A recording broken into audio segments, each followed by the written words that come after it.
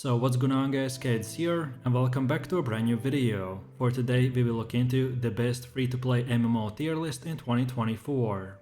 I've gathered over 20 games that in the past 5 years I've played, some only for few hours and some for thousands of hours. And here they are ranked from best to worst, as all of these MMOs are completely free to play, so let me know down in the comments if you will be trying any of them out or if you're playing some already. And if this sounds interesting to you, then let's get right into it. So then for our first game we have Albion Online, and we will place it right in the S tier. Albion Online is a sandbox MMORPG set in an open medieval fantasy world. The game features a player-driven economy where nearly every item is player-crafted. Players can combine armor pieces and weapons suited to any playstyle in a unique, classless, so you are what you wear type of system. I've personally played this game on and off since 2017, and I even participated in all of the betas. Then I paid $30 when the game was buy to play, and now since already few years it's completely free to play. So to say that I know every nick and cranny of this game would be a massive underestimate. You can play Albion on their own launcher, Steam and mobile devices, with some data miner leaks saying that it might come soon to console as well. As for player population, it currently stands at the average player count of 10,000, while in peak it can reach up to 27,000. And as I've said, they're still their own launcher and mobile players, which will count at least for 50% more of players. So for the true player count, we can double the Steam numbers. Then if you want to quickly look into the game itself, Albion has pretty much anything you would want. You can gather, craft, go PvP, gank, go fame farming, which means just leveling and much more. Every single thing that you can use in the game is player crafted, so for the economy players, you can make this game a full-time job. As far as beginner players and content goes, Albion has one of the most diverse content I've ever seen in any MMO. What I mean by this is that almost for every single player, there are specific made zones. So for example, for hardcore players, there are zones where there's full loot. And then there are even more specific full loot PvP zones, where only one other player can enter, so for 1v1s, 2v2s, 5 vs 5, 10 vs 10, 20v20, and even CVZs, which are 100 vs 100 player battles. And then on the other hand, for all of these activities, we have the same type of new player zones, where you can do the same things but not lose anything. So to say Albion has every single type of PvE or PvP activity you could think of would be 100% accurate. This game of course is not perfect, with pay to win being in the game, but as all know, PvP zones are gear capped and full loot PvP zones are that if you die you lose everything, so pay to win has very little impact on the average player, but of course it still exists. Then next up we have Path of Exile, which of course will be put right in the S tier. Almost every single free-to-play MMO enjoyer should be familiar with PoE, but if you aren't, then here comes a surprise, because this is one if not one of the best polished and made PvE MMO games out there. And yes, if you paid attention, then Path of Exile is only for PvE. And actual PvP specific modes exist, but over time developers kept changing the game so much that they pretty much deleted the PvP from their game completely. And at the current patches, almost zero players even have heard that there is a player versus player combat possible. But if you can overlook this one for some big deal, then this game is definitely for you. Path of Exile is an online action RPG set in a dark fantasy world, with a focus on visceral action combat, powerful items and deep character customization. PoE is completely free and will never be pay to win, which over the years developers have proved this statement to be for the most part true. As this game is 100% PvE, so your gameplay loop will consist of killing monsters, which progressively will get harder and harder, so then in turn you will have to improve and upgrade your character. All of the Path of Exile's character classes share its vast passive skill tree, starting at one of the 7 distinct locations dictated by their chosen class. Players can focus on the core specialization of their class, or travel across the tree to build complex combination of skills from various disciplines. So overall, PoE has hundreds of builds and ways to play a character, and if you just take a look at the skill trees themselves, it will take hours for a new player just to understand what they are seeing on their screen. But that is what a lot of this game's core community loves. PoE is everything you would ever want in an MMO, just for solo PvE. For some, this sounds too good to be true, but for others, they need the PvP to actually make their time worth the grind. So this is the choice you have to make before trying out Path of Exile. And then finally, as far as numbers goes, this, in my personal experience, doesn't really matter as every single content is PvE and can be done solo, but just for the information, the average player count right now stands at 44,000, while in peaks it can reach up to 106,000 players.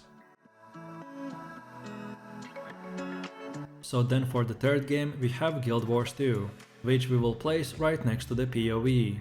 Guild Wars 2 is an award-winning online role-playing game with fast-paced action combat, deep character customization, and no subscription fee required. Players can choose from a massive arsenal of professions and weapons, explore a vast open world, compete in PvP modes, and much more. I've personally played Guild Wars 2 for about 200 to 300 hours, and I would call it the poor man's World of Warcraft.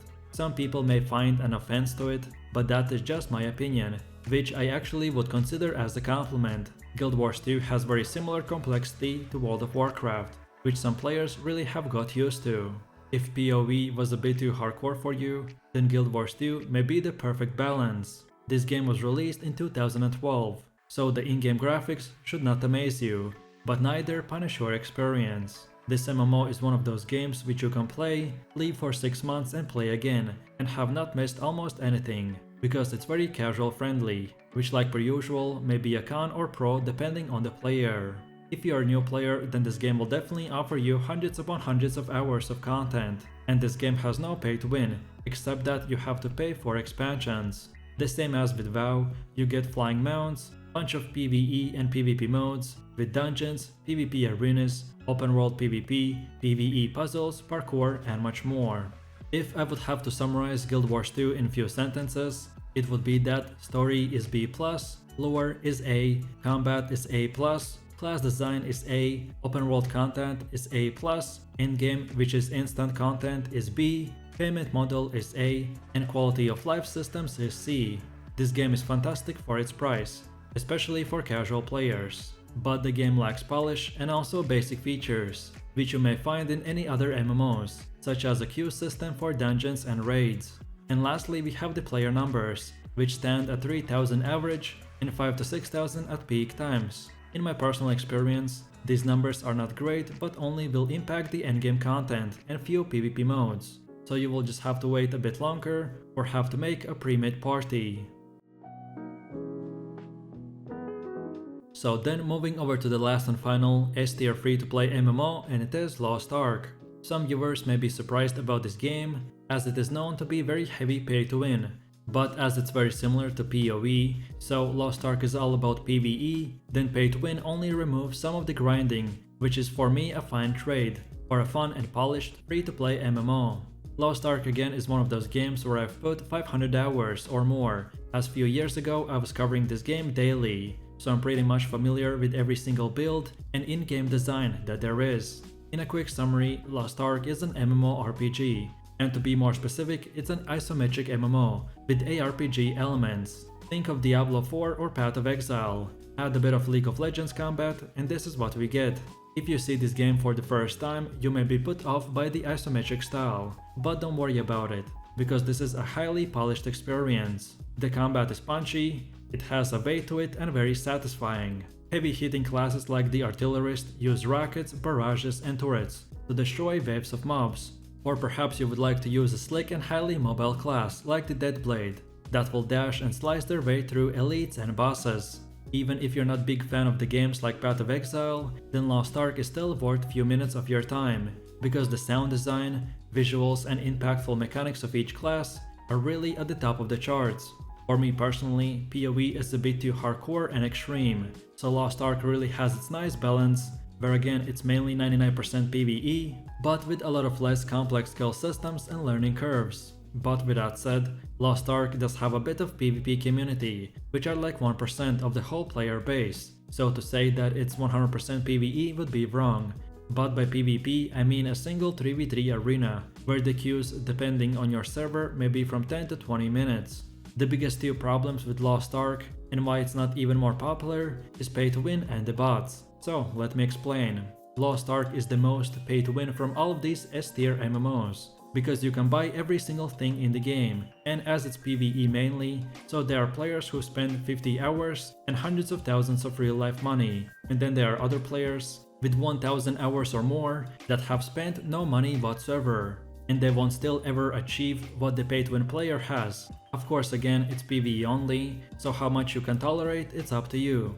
And then second of all, there are bots. And for some reason, Lost Ark has one of the worst bot problems in any game. They just seem to be in every corner of the game. It's hard to tell if Lost Ark is just easily exploitable or the developers just don't care. But when we look at the player count, the bot issue is so relevant that they account for around 30 to 50% of the whole player population. And this has been going on since the game's release. So, as far as the numbers goes, Lost Ark right now sits at 55,000 average, with going to 80,000 at its peak times. If we actually remove the bots, then the real player count is half of these numbers. It's not as popular as it used to be, but I've recently come back to the game for a few raids and dungeons, and I had zero problems with finding parties, so the population is still steady at the moment. So then moving over to the next game, which is Neverwinter, and we will place it right in the A tier. So Neverwinter is one of those old games, which most likely every single player has tried at one moment of their gaming journey, but it just won't refuse to die. My first encounter with Neverwinter was at the release back in 2013. Me being big fan of Dungeons and Dragons, and all the previous games set in the Forgotten Realms, I really had high hopes for the release, and at the time it turned out to be a decent game, and ended up being a sort of secondary MMORPG to my main one, which was WoW. Neverwinter was fun to occasionally play with small group of friends, and maybe clear a few dungeons together. But then again, a few months ago, after decades of not playing this game, I was looking for a free MMO, since it's pretty pricey to afford WoW right now, so I stumbled across Neverwinter. I figured out it would be probably super dead with a sparse population, but I booted it up anyways to try it out, and I was surprised. There's still a tiny 1000 player community, which are devoted and everybody seems very nice. There's not really a lot of workaround or diverse gameplay, like go here, kill that, come back, go there, kill that, come back again and rinse and repeat, but it still has unique charm to it. There are of course microtransactions that are necessary if you want to speed up to run to the endgame content, but for people like myself who enjoy grindy games, it's really not that bad. Neverwinter is pretty basic, but they're still pushing out new content, and you always run into multiple players in every single little area. On top of all of this, there's a pretty straight path from beginning to end, so there's no real choosing of paths or higher RPG elements, which still can be fun for what it is, and I'm enjoying the time I spent. But it's probably not gonna be something I'm playing 5 years from now. So in my quick summary, Neverwinter is that fun free MMO that has a lot of grinding, outdated graphics, but you may be into that, heavy asset reuse in almost every zone, and very repetitive endgame tasks. So then for the next one we have Runescape, which I will place right in the A tier. Runescape is a fantasy, massively multiplayer online role-playing game, released in 2001. I wasn't even born when this game was released, so the graphics and gameplay will speak for itself. RuneScape was originally a browser game, but largely replaced by a standalone client in 2016, so to say that even a $5 PC will run it would be a correct statement. In few words, this is Albion Online, just if it was made 15 years ago. One of the best things about RuneScape is that you are not tied to one class, so you can train melee, ranged or magic at any time and play whoever you wish. While I see the appeal of class system in games, it's really nice to see that some do not restrict what you can do within the game. While I appreciate the freedom that the game offers, I do really feel like RuneScape's combat lacks polish. There seems to be a desync between the animations and your hits landing, and I shrugged it off when I first tried it as a networking issue. But developers covered the issue in depth last year, and that is when I realized it was just how the game is designed. RuneScape is one of the oldest MMORPGs, and it has created a legacy for itself that many modern games can only hope to achieve. Both old RuneScape and RuneScape 3 are still very popular and have a very loyal fanbase even amidst high-profile releases in the MMORPG space. And then for the last and final A-tier MMO, we have Warframe. Warframe is a dense game that I would describe as a tangled ball of yarn, made up for almost 11 years of updates, system reworks and content drops. Its different bits and pieces overlap and twist together in a way that can make it overwhelming to even think about trying to untangle it all. But it also means that there's almost inconceivable amount of deep and often extremely entertaining content to discover once you do. Its fast-paced and shooter mission structure can often have the same appeal as Diablo 4. So, you're rushing through maps while moving down waves of enemies, collecting powerful items and crafting materials along the way. But varied objectives, enemies and locations, coupled with non-stop waves of limited time events and special missions, means that there's always some unique twist to that loop.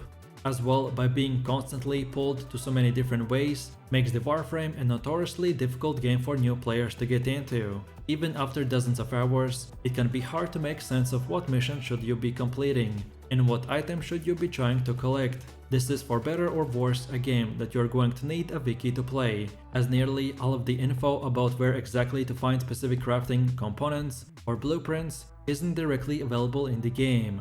As far as player count goes, to my surprise, it's still quite popular, with 50,000 being the average and going all the way up to 78 or 80,000 at peak times. So if you were thinking about playing Path of Exile, but just with guns and in space, then this is the game for you. So then at number 8 we have EVE Online, which will be placed right in the B tier. EVE Online is the largest single short-spaced MMO of all time, with over 7,000 solar systems and nearly 20 years of rich player-created history, where anyone can experience everything from immense PvP or PvE battles, to mining, exploration and different industries. I first started playing EVE Online 6 months ago, after I was told about it in an in-game chat, in a different MMO. I was talking about the older games I miss playing, and the player told me EVE Online is still around. I guess some of the older players still play on it, so I decided to take a look. EVE Online seems to be a fun PvP game, where you are worthy of destruction from day one. Most other MMOs ease the player into the hot PvP slowly, but EVE throws you right into it. Here PvP is very present, and I think that players need to understand that you will lose bunch of ships multiple times, and that's normal. Long trips in Warp get redundant too fast, and one quickly learns that autopilot feature is never to be used. There are pointless amounts of beeps and lights, without any meaning to the player, and excessive audio and visual notifications. But to sum up, overall this is a good game with some great players. However, it's not a great or unique game. It has more issues than I care to admit, but at least pay to win is very similar to Albion Online, where technically you can get everything from IRL money, but if you don't have enough skill and knowledge, you can easily lose it. So then for the next game we have Maplestory, which I will place right next to the EVE Online. Maplestory is a 2D side-scrolling MMORPG with cartoony graphics that feature over 40 playable classes. Most of the players are not playing the game because it's a good MMO, but rather because gameplay and platforming feels good. Music is amazing, feeling of progression is very neat, and it's easy to make friends. But as far as cons go, Nexon aka the developers have serious issues that they don't fix. The quote-unquote grind is real.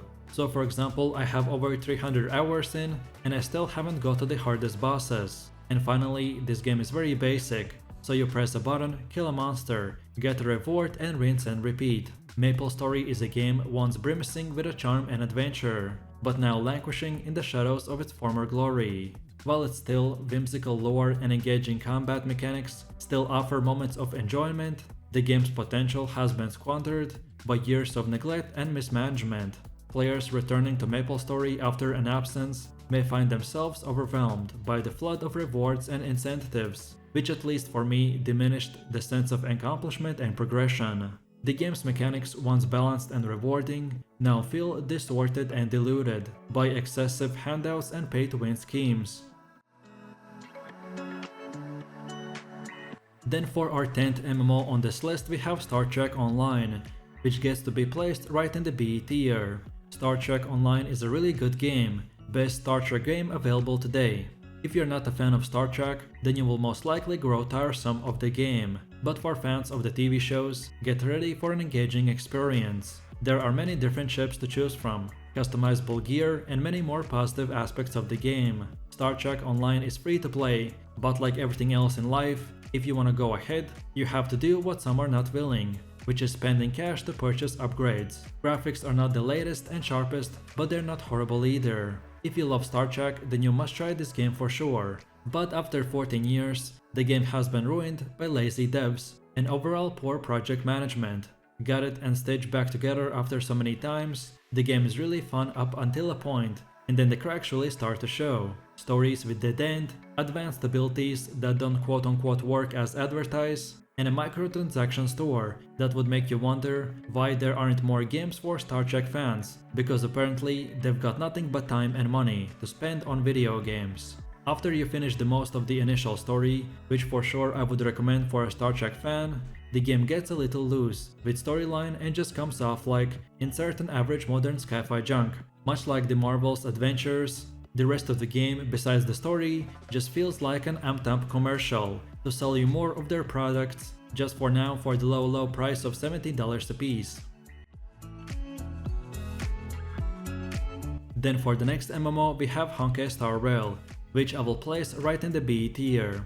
Honkai Star Rail is a role-playing gacha free-to-play game. The game follows the gameplay style of classic Japanese role-playing games, where players build up a lineup of characters and control a team up to 4 in a turn-based combat. The reception of Honkai Star Rail has been polarizing, with some absolutely loving the game and others finding it boring.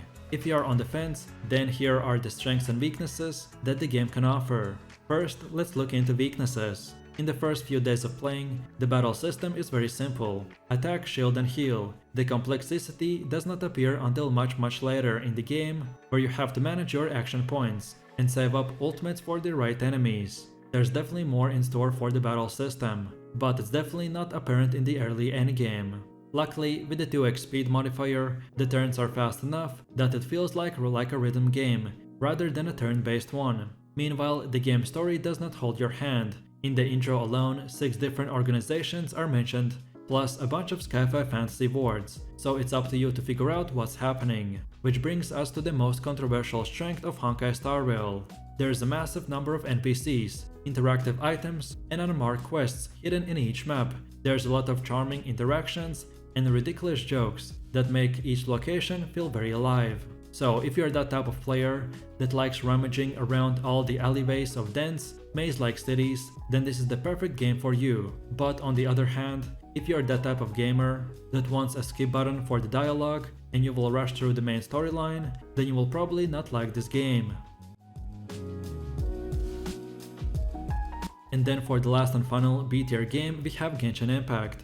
Genshin is a free-to-play action-adventure RPG game, mostly known for its gacha elements. The gameplay of this game is very solid in my opinion, so you can either way sit there and plan out your attacks like a smart person, or you can just press the mouse button until the target is dead. As far as story goes, it's honestly had no business having a story this good. Every character comes with personality, depth and with clear motivations to helping out as a traveler. Even characters who we will talk to maybe twice have a lot of personality put into them. Genshin is one of those that will actively reward you for sticking with it and paying attention to the story. In my opinion, this is a good way to do your story, as it serves as another motivation for the player to carry on through the game. Then moving on, as for the gacha elements, they can be really addicting once you pull a 4 or 5 star character. But of course, that dopamine eventually wears off and your attitude towards the elements feels sore, of course until you pull up the next sweet character.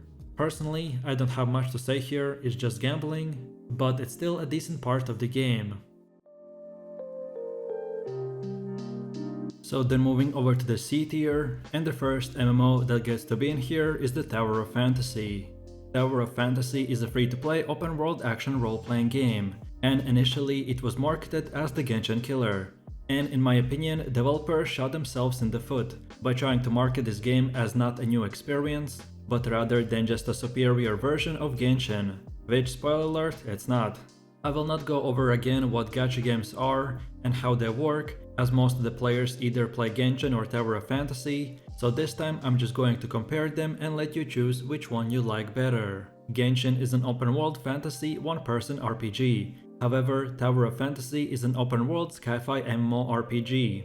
If we take a look at the quality, then Genshin is on another level when it comes to quality between the two. Every scenario is beautiful. It's a game where you can just stop and take pics of the view. As far as plot and story goes, Genshin writing varies a lot, going from bad to kinda good, and the best writing seems to be on the side quests for some reason. So while it's not a clear victory in this department, Tower of Fantasy still doesn't surpass it.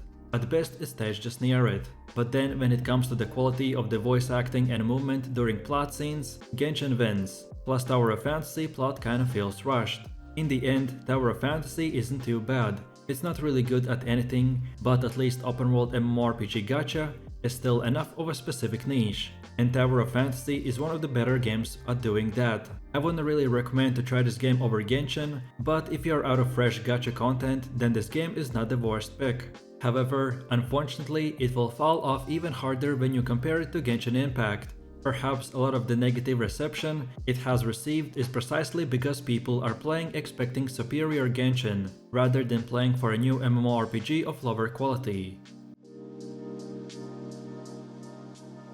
So then for the next game we have Life is Feudal MMO, and we will place it right in the C tier. Life is Feudal MMO is a very hardcore game, where surviving alone is almost impossible. Each character has their own unique specialization, both in peace and war. Overall, there are two daily game periods called the peacetime and wartime. During peacetime, you and other players should explore the world, collect resources and craft equipment. But then during the hour of war, you can switch to your combat profession to fight with players from another guild. The sandbox element is the most important gameplay component of the game, because each player is free to define their own goals and ambitions. So from the farmer's lifestyle, to building castles and even political disputes between major guilds and much more. In my opinion, Life is Feudal really provides the players with a true medieval survival sandbox experience. You can do whatever you want. You want to ride a horse? Go for it. You want to become a monk and live on top of a mountain and survive off the land? Go for it. When it comes to the player choice, this game has everything imaginable. Another good thing about Life is Feudal is that it's not actually pay to win, so all you need to do is after the free period expires, you have to buy the monthly subscription to access the game, and that's it. Other players can't get an advantage over by just simply paying more IRL money. Everything done in the game, like owning your land or getting items, can easily be earned by playing the game. As far as complexity goes, again, we get everything we want, from complex crafting, to farming, to a cool building system, and etc. And then finally, this game is very grindy, and for me it's a massive plus. I know that that's not everybody's cup of tea, but for a hardcore experience, this is exactly what I was looking for. The game is by far not as grindy as for example Vern Online, which for me makes the grind actually entertaining. Also, your skills keep advancing while you're offline, as long as you have unspent XP on you, so no matter if you're mainly a PvP or PvE player, or just right in the middle between both, you will find hours upon hours to do, and the whole world will be just waiting for you to dominate either way in trade, in crafting, or just by simply conquering it with your guild members. So then for the next game, we have Lord of the Rings Online, which we will place right next to the Life is Feudal. On the surface, Lord of the Rings is the epitome of everything that encapsulated the MMORPG craze of the 2000s.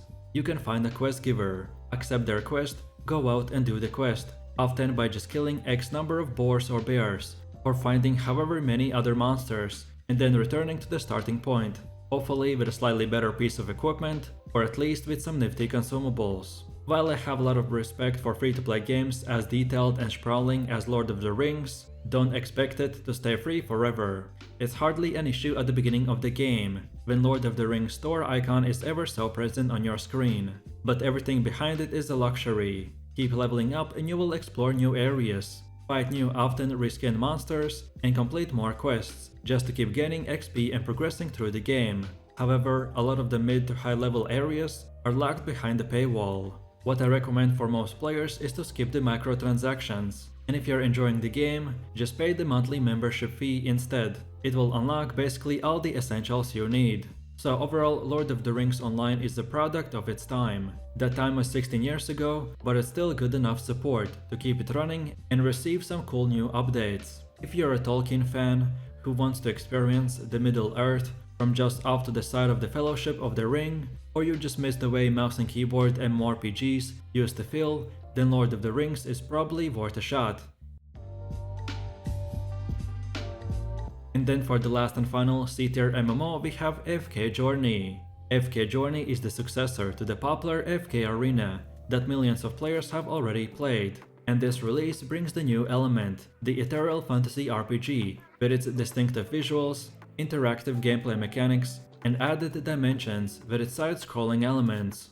FK Journey is a cross-platform game that can be played both on PC and mobile devices. It features a top-down perspective and allows players to navigate through the pathways, interact with NPCs, clear obstacles, and fight enemies. The combat system is mainly auto-battle, but players need to strategically position their units and use abilities at the right time. The game also offers an equipment system that applies universally to all characters, making it convenient and time-saving. So, overall, FK Journey allows players to passively collect resources by being AFK, which is a key feature of the game. The rates of the resource generation increases with higher levels. The game also offers quests to document player progression and provide rewards. Guild quests and global chat will allow for multiplayer interaction and communication. In my few hours of playing this game, I really enjoy the art style. The game feels very smooth on PC, and the lack of loading screens when teleporting or going between zones is very nice, and it feels like the whole world is one big open space to explore. FK Journey has much better storytelling to their previous game, the FK Arena. Anyone as a player gets rewarded for map completion, and even by being AFK. So I feel like new or old players can start playing at any time and feel rewarded for their time invested. So then moving over to the last and final D tier, and the first game that deserves to be in here is Blade & Soul. Blade & Soul is a martial arts themed MMORPG. The game has beautiful anime aesthetics and features many different classes to play.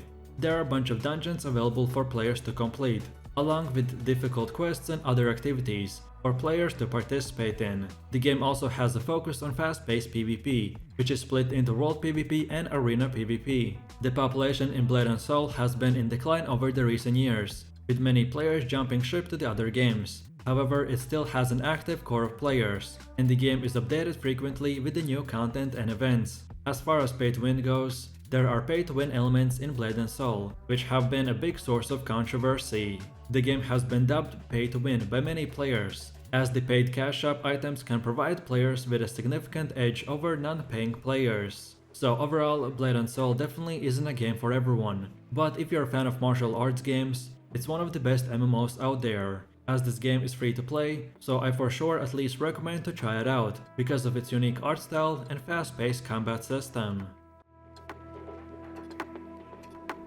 So then for one of the last games we have Rift, which gets to be placed right in the D tier. Rift is a massively multiplayer online adventure game, set in the dynamic fantasy universe. Imagine you are teleported back to the year 2011, when there was an upcoming game called Rift. Everything was fresh and shiny, and all of the World of Warcraft players who got upset over endless grinding were gaslighting each other to restart their journey in this other game. Well, this was the IT game. The small community was exceptionally close to each other and it was magical. This MMO used to be basically WoW but better. I really enjoyed playing Rift a lot when it released, and I stopped playing it a year or so later. I had completely forgot about Rift, which was unfortunate, but apparently, when I tried it out again a few months ago, the game is pretty much as dead as any game could be.